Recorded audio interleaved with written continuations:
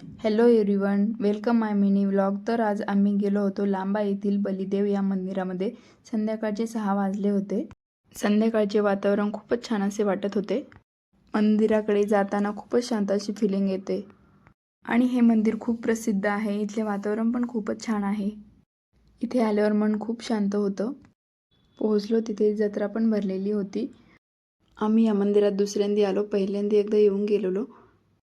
रुद्रांशला पण खूपच आवडतं या मंदिरात यायला आणि रूमपासून जवळच असल्यामुळं आम्ही इथे येत असतो.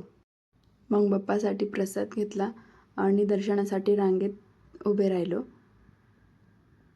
मंदिर बाहेरून आणि आतून पण खूपच सुंदर आहे. मला तर खूपच छान वाटलं इथे आल्यावर.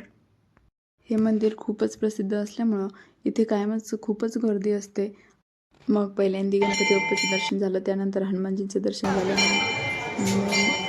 बलिदेव बाप्पांचं दर्शन झालं. मंदिराच्या आतमध्ये खूपच सुंदर दिसतं आणि इथे आल्यानंतर खूपच भारी वाटतं. मग आम्ही काही फोटोज काढले. त्याच्या साईडने खूप सुंदर असं गार्डन आहे. खूपच छान वाटतं तिथे. सुंदर अशी झाडे आहेत तिथे खूप. मग निघालो घराकडे. जाताना मंकी पण दिसले. रुद्रांशला खूप छान वाटलं त्यांच्याकडे बघून. तर कसा वाटला तुम्हाला माझा ब्लॉग? आवडला असेल तर लाईक करा, शेअर करा आणि सबस्क्राईब करा. Thank you so much.